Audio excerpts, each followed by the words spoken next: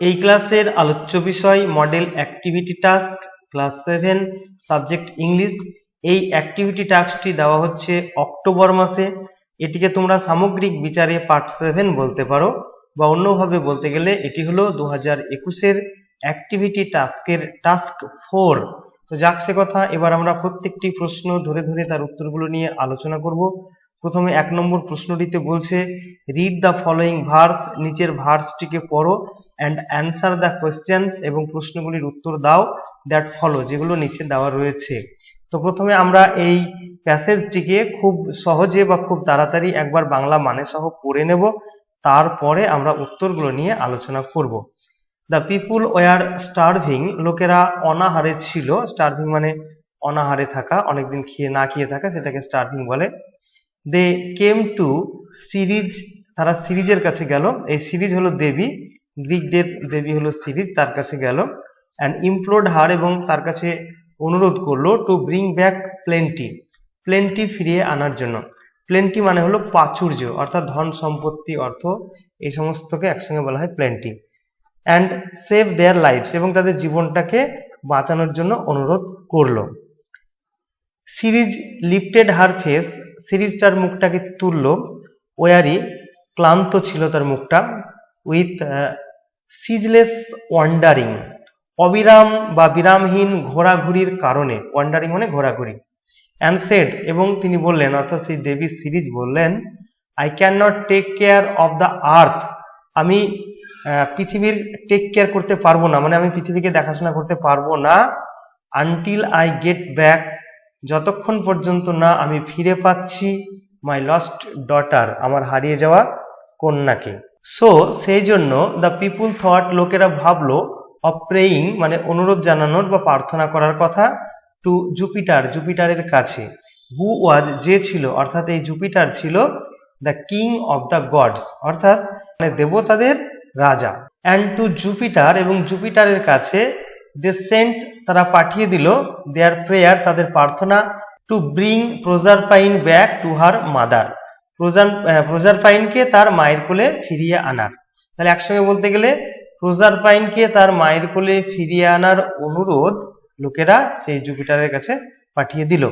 তারপরে কি হলো দেখো, they were sadly in need, তাদের প্রচন্ড দরকার ছিল। কিসের দরকার ছিল? অফ সিরিজেস হেল্প, মানে দেবী সিরিজের সাহায্যের। এই হলো প্যাসেজ। এবার আমরা প্রশ্নগুলো নিয়ে আলোচনা করব এবং তার সঠিক উত্তরও আমরা দেখে নেব। প্রথমে বলছে কমপ্লিট দ্য ফলোয়িং সেন্টেন্সেস, নিচের সেন্টেন্সগুলোকে সম্পূর্ণ করো। দ্য পিপুল ওয়ার স্টারভিং, লোকেরা অনাহারে দিন কাটাচ্ছিল। সো সেই জন্য তারা কি করেছিল, আমরা এখানে লিখে দেবো, দে কেম টু সিরিজ, তারা সিরিজের কাছে গিয়েছিল, অর্থাৎ দেবী সিরিজের কাছে এসেছিল বা গিয়েছিল। অ্যান্ড ইমপ্লোর্ড হার, এবং তাকে অনুরোধ করেছিল, to bring back plenty, plenty ফিরিয়ে আনার জন্য বা প্রাচুর্য ফিরিয়ে আনার জন্য। পরের প্রশ্ন রয়েছে যে সিরিজেস ফেস ওয়াজ ওয়ারি, মানে সিরিজের মানে দেবী সিরিজের মুখটি ক্লান্ত ছিল, বিকজ। এরপরে আমরা লিখে দেবো এরকম ভাবে, দেখো বিকজ এর পর একটা অফ দিতে হবে, নাহলে সেন্টেন্সটা গঠন হবে না। তো বিকজ অফ সিজলেস ওয়ান্ডারিং। এবার আমরা চলে যাব পরের প্রশ্নে, প্রশ্ন number 3। The people prayed to Jupiter, লোকেরা বা মানুষেরা জুপিটারকে প্রার্থনা করেছিল। তার উত্তরে মানে এখানে বিকজ দেওয়া আছে, এরপর আমরা লিখে দেবো এরকম, দে ওয়ান্টেড হিম, মানে তারা চেয়েছিল তার কাছে, অর্থাৎ ওই জুপিটারের কাছে লোকেরা চেয়েছিল, টু ব্রিং প্রোজারপাইন ব্যাক, প্রোজারপাইনকে ফিরিয়ে আনতে, টু হার মাদার, তার মায়ের কোলে। একসঙ্গে বলতে গেলে লোকেরা চেয়েছিল যে প্রোজারপাইনকে তার মায়ের কোলে ফিরিয়ে আনতে সাহায্য করুক জুপিটার, বা জুপিটার ফিরিয়ে এনে দেখ তাকে। এবার আমরা দেখে নেব question number B, answer the following questions, নিচের প্রশ্নগুলির উত্তর দাও। এই কোশ্চেন নাম্বার বি এর আন্ডারে আরো 3টি প্রশ্ন রয়েছে। প্রথম প্রশ্ন, হু ওয়াজ জুপিটার, জুপিটার কে ছিলেন? এই প্রশ্নটির উত্তর হবে Jupiter was the king of gods. চলে যাচ্ছি পরের প্রশ্নে, what the people implore Ceres, মানে লোকেরা সিরিজের কাছে কি অনুরোধ করেছিল? উত্তরটা হবে the people implored Ceres to bring plenty, লোকেরা দেবী সিরিজের কাছে অনুরোধ করেছিল প্রাচুর্য ফিরিয়ে আনতে। এবার question number 3, what did Ceres tell the people, অর্থাৎ দেবী সিরিজ লোকেদের কি বলেছিলেন? এই প্রশ্নটির উত্তর হবে series told the people that, series লোকেদের বলেছিলেন যে she could not take care of the earth, তিনি পৃথিবীর দেখাশোনা করতে পারবেন না, until she got back, যতক্ষণ পর্যন্ত না তিনি ফিরে পাচ্ছেন her lost daughter, তার হারিয়ে যাওয়া কন্যাকে। এবার আমরা চলে যাব পরের কোশ্চেনে। Question number 2, do as directed, নির্দেশ অনুযায়ী উত্তর করো। এখানে 4টি প্রশ্ন রয়েছে, প্রত্যেকটির জন্য 1 নম্বর করে, মোট 4 নম্বর। প্রথমে question number 1, don't it rotten apples, পচা আপেল খেও না। আইডেন্টিফাই দ্য পার্টিসিপল অ্যাডজেক্টিভ, এই বাক্যের মধ্যে যেটা পার্টিসিপল অ্যাডজেক্টিভ সেটা আমাদের আইডেন্টিফাই করতে হবে বা চিহ্নিত করতে হবে। এই বাক্যে পার্টিসিপল অ্যাডজেক্টিভ হবে রটেন। পরের প্রশ্ন, আই এম সরি, আই তারপরে শূন্যস্থান হেল্প ইউ, এখানে কি করতে হবে, ফিল ইন দ্য ব্ল্যাঙ্কস, শূন্যস্থানটি পূরণ করতে হবে। এটা ফিল ইন দ্য ব্ল্যাঙ্ক হবে, যেহেতু একটাই ব্ল্যাঙ্ক আছে, কিন্তু এখানে এক্সট্রা যাই হোক প্রিন্টিং মিস্টেক হয়ে আছে। তো with the negative form of the model, মানে মডেল ভার্বের নাবাচক শব্দ দিয়ে বা নাবাচক রূপ দিয়ে আমাদের এই শূন্যস্থান পূরণ করতে হবে। তাহলে এটা আমরা এরকম ভাবে করতে পারি, I am sorry I cannot help you, আমি দুঃখিত আমি তোমাকে সাহায্য করতে পারি না। চলে যাচ্ছি পরের কোশ্চেনে, হিজ অ্যাপ্লিকেশন ওয়াজ রিজেক্টেড, তার অ্যাপ্লিকেশনটা বাতিল হয়ে গিয়েছিল।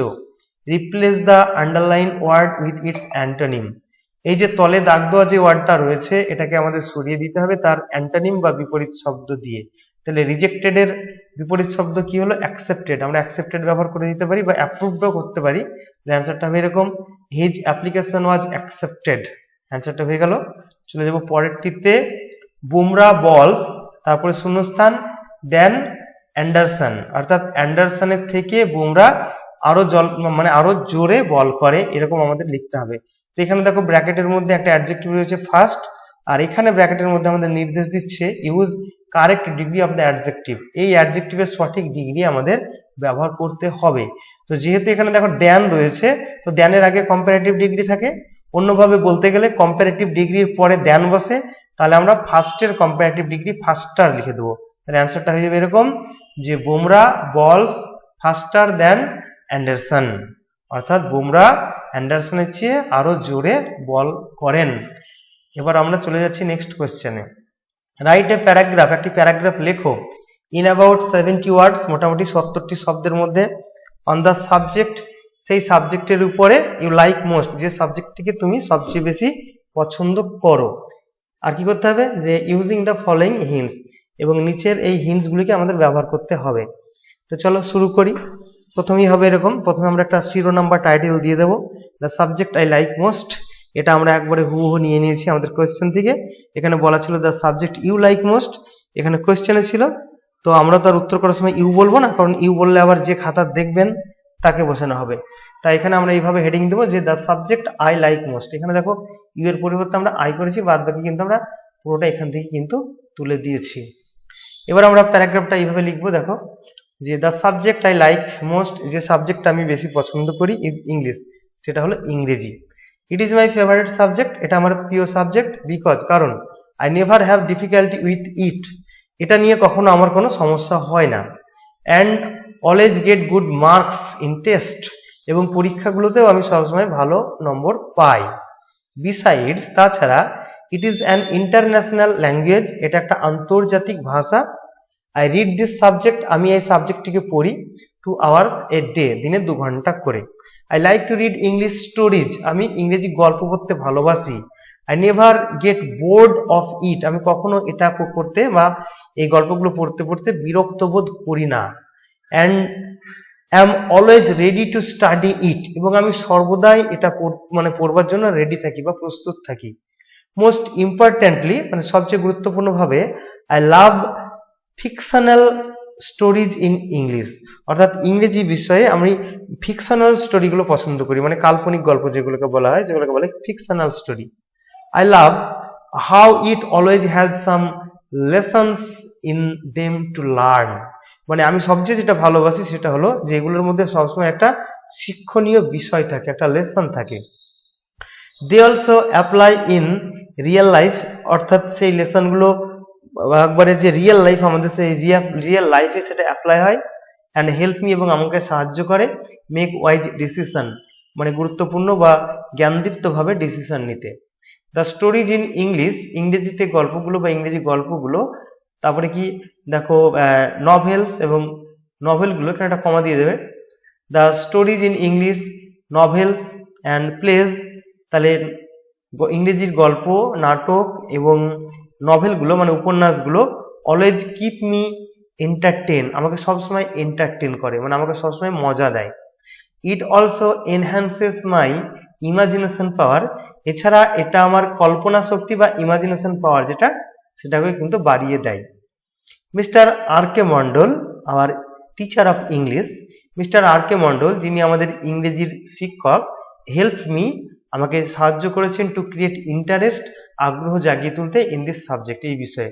দেখো এই লাইনটা কেন লিখলাম, দেখো এখানে পয়েন্টের মধ্যে ছিল যে person who helped to create interest, অর্থাৎ কোন ব্যক্তি তোমার মধ্যে আগ্রহ জাগিয়ে তুলেছে বিষয়ের মধ্যে, মানে এই বিষয়টির প্রতি, সেটা লিখতে বলেছে, তাই আমরা এখানে লিখে দিলাম। তারপরে দেখো এই সমস্ত পয়েন্টস গুলোকে আমরা অনুসরণ করার চেষ্টা করেছি এবং এই উত্তরটি তৈরি করেছি। তাহলে এই ছিল এই ক্লাসের আলোচনা। যদি ক্লাসটি ভালো লেগে থাকে একটি লাইক করবে, কিছু জানার বা জানানোর থাকলে কমেন্ট। সর্বোপরি এই ধরনের ভিডিও ভবিষ্যতে পাওয়ার জন্য অবশ্যই আমার চ্যানেলটাকে সাবস্ক্রাইব করে আমার সঙ্গে থাকবে। আর যদি ইতিমধ্যে চ্যানেলটি সাবস্ক্রাইব করে থাকো তাহলে তার জন্য তোমাদের জানাই অসংখ্য ধন্যবাদ এবং আন্তরিক কৃতজ্ঞতা। তাহলে আবারও ফিরে আসবো অন্য একটি ক্লাসে। ততক্ষণ সকলে ভালো থেকো, ভালোভাবে পড়াশোনা করো। বাই।